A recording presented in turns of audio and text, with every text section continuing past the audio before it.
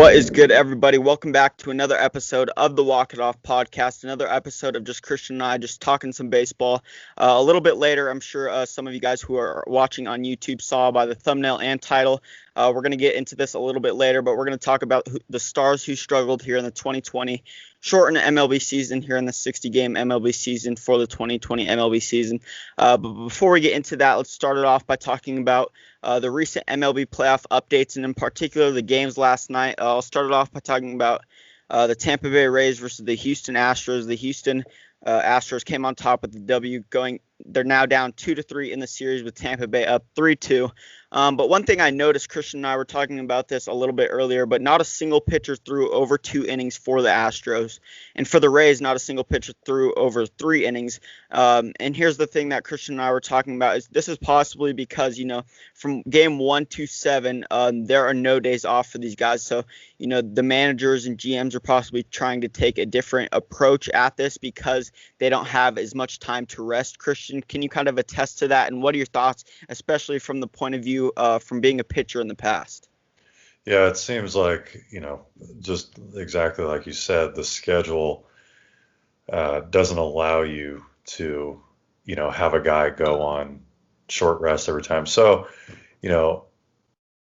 you just try and basically plan a bullpen day and kind of mix and match as the situation dictates. And, maybe you bring in a late inning guy earlier in the game in a big spot in order to, put out a fire or something. So, it's interesting that both teams basically decided to do it that day. So it was really just kind of a battle of the bullpens to try and keep everybody fresh. But like you said, it's probably mostly due to the scheduling.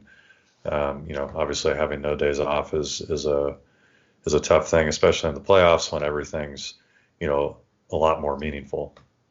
Yeah, and like I mentioned just a bit earlier, you obviously played for both the Mariners and Rockies in the past, so you have that great point of view. But that's besides the point. Obviously, we're already mid-series for both of these championship series, both in the NL and AL. But what would your approach be headed into a series like this, knowing that from game 1 to 7, it's Monday through Sunday with no days off? Like from the perspective of like a starter, reliever, just team in general, like. Yeah, just as a pitcher, from your point of view, when you were playing, like what would be your mindset and like your thought process, because there's no days off through this series? Everybody's going into it thinking, let's strap it on and get going. Right. Nobody cares. Nobody's tired at this point. Like all these games are meaningful. Right. So it really, from a player perspective, pitcher perspective, you don't care if you're sore. Like, obviously you want to be smart about it. You don't want to go hurt yourself, so you're useless for the rest of the series and possibly the World Series. But, if you're a little sore, like everybody's fighting through something. Maybe not this season because the season was shorter, but, nobody cares. There's so much energy. And since the game, it's basically win or go home. So, you just go into it with that extra energy, and your mindset is, hey, let's get this done. We've only got basically, 10 days to go till the last game of the World Series. Let's give it everything we've got. You've got the whole off season to recover. So, yeah. And I'm sure adrenaline is playing a big factor in this as well, as far as soreness and tiredness goes. Obviously, all of these guys, a lot of these guys have experienced, playoffs like this. Obviously not the 2020 season, not like such, but they've experienced the adrenaline and soreness and this type of stuff in the past, in their previous career, with guys like Mookie Betts, Clayton Kershaw. They've all experienced these type of games in the past. But to wrap up talking about Tampa Bay versus Houston, if you guys don't know, Correa went 1 for 4, but he hit a walk-off home run to keep Houston in the conversation here in this 2020 season. And to transition to the NL Championship Series side of things, I want to start off by talking about Freddie Freeman as he continues his NL MVP campaign. Like Christian said he would a few episodes back, this episode, or this prediction of Christian's is a little more realistic and correct than the Rockies' prediction earlier in the season. As Freddie Freeman last night went 2 for 5 with a home run, as well as Marcell Ozuna hitting a home run as well. And our guest previously, we've talked about him in the few previous episodes, balling out like usual. Tyler Matzik pitching 1 inning, giving up 0 earned runs and 1 hit, only with 2 strikeouts. But Betts continues struggling, going 0 for 4 last night. What are your thoughts on the current state of Mookie Betts, his skill set, his mindset as of now? What would you predict? What would you predict what he's thinking as of now as a player going through a struggle like this? And, obviously he's dominated in the past here in the MLB, even in playoff situations like this.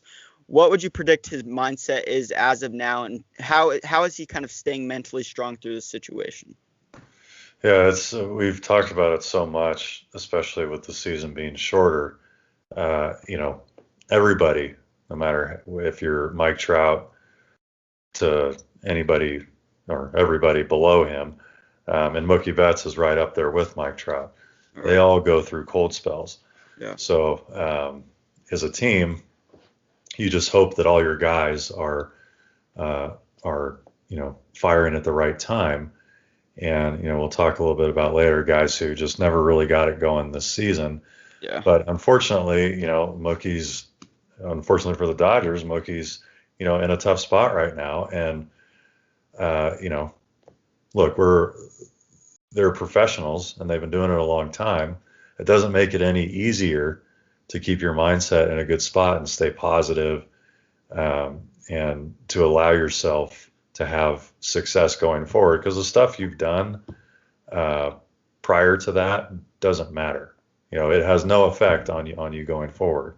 The only thing that has an effect on you going forward is your mindset. So if you're like really pressing and you're doing things that you don't normally do, or you're thinking about things too much, unfortunately the trend tends to continue until, enough is enough. But, right. Now we're down to, Dodgers, they're down to their last, they can't lose another game. So, everybody needs to put the past behind them and just focus on the next game. And I'm sure they're trying to do it, but again, it's not always easy to execute. It's easy to sit here and say it, but very hard to do in practice. So that's probably what he's thinking right now. And, you never know. You're especially from a hitter's perspective, you're one good swing away from snapping out of it. It could be, a ball that you just barely pull foul, or, it can be a foul ball like, oh, that's what that feels like. Yeah. Even as a pitcher, you can be really grinding through some stuff, and then all of a sudden you throw a pitch and you're like, okay, I'm back in the right spot. So, we'll see. Yeah, and to wrap up the NL Championship Series side of things, I didn't mention this earlier, but Atlanta Braves obviously won this game with the Dodgers losing, going down 1-3, with the Braves up 3-1, obviously. And staying on the topic of struggles, playoff Kershaw continues with his slump in the playoffs, giving up 4 earned runs last night. But that wraps up everything for that side of things with the Championship Series. But now let's transition into the main topic for this episode, which is stars who have struggled. We've talked about it with Mookie Betts and Clayton Kershaw just now, but it kind of correlates to some other players as well. Christian, I'll let you start off with one player you're looking out for. Yeah, well, Chris Bryant, two guys, Chris Bryant and Arenado, two very similar guys who are often in the same conversation. Bryant only hit 206 this year. On base was just under 300. Slugging was 350. Basically, every metric was, lower than what we've come to expect from him. And, a lot of it has to do with things that, we just keep talking about. I don't know I'd have to go look at like what his typical pre-All-Star and post-All-Star looks like, but that's something that everybody tracks. And, sometimes it takes a while. It takes 60 games, to really get clicking. Yeah. And then, who knows, maybe in another 60 games, he hits 350, and everything evens out. So, both with him and Arenado still managed to hit 253, which is, what we've come to expect from him either, but it's not awful. Yeah, not awful either. On base right around 300, slugging around Right. 434.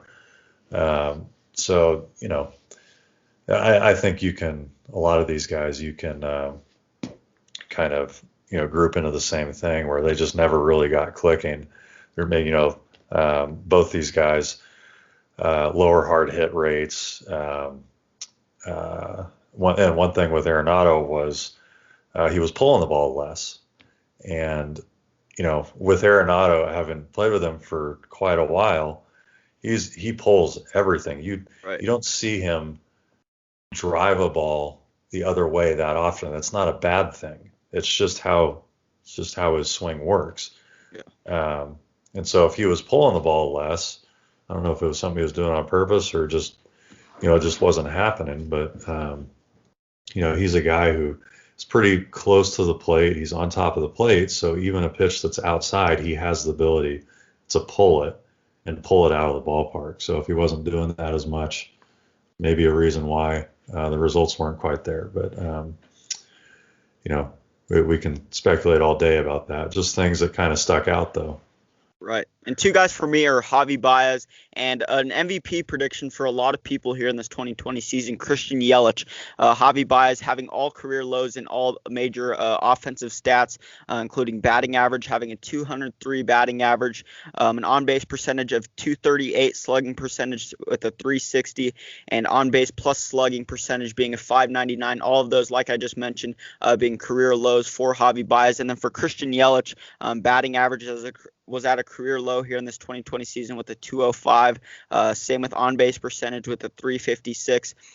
So I think it's a big reason I think we're seeing a lot of these stars possibly struggling, and Kershaw, Mookie Betts, those guys struggling here in this 2020 season more than really ever, like I just mentioned with those four guys, and two that you just mentioned having a whole bunch of career lows on the offensive side of things is possibly because of a new format with spring training, a 60-game season. It's all new for these players, so it could be adjustments that they've been having to make. They're not used to it. They're used to 162 game seasons with the normal playoff format. So it could just be adjustments that have been tough to make here in this 2020 season. And then for Nolan Arenado, obviously, the Rockies aren't having the best season as well. So that's got to be mentally tough for him, as well as a few injuries throughout this 2020 season and soreness for Nolan Arenado, which put an end to his last 10 games here in this 2020 season. So that could be a reason as well. It's a whole bunch of different factors that, a lot of fans aren't seeing that are being put into play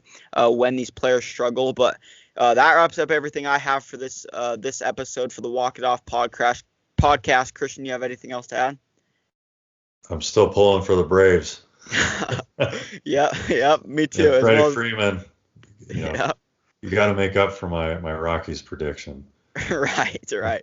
Yeah, it has to. Well, my Yankees prediction isn't here either, so none of my predictions are valid right now. You're doing better than me, no matter how bad the Rockies prediction was, and then the Freddie Freeman is still, but realistic. They weren't out of it until the very end, though. Technically. Yeah, that's true. That is true. It was just the tail end of the season that hurt the Rockies, and that slump they got into, but. That wraps up everything for this episode of the Walk It Off podcast. I appreciate all of you guys tuning in.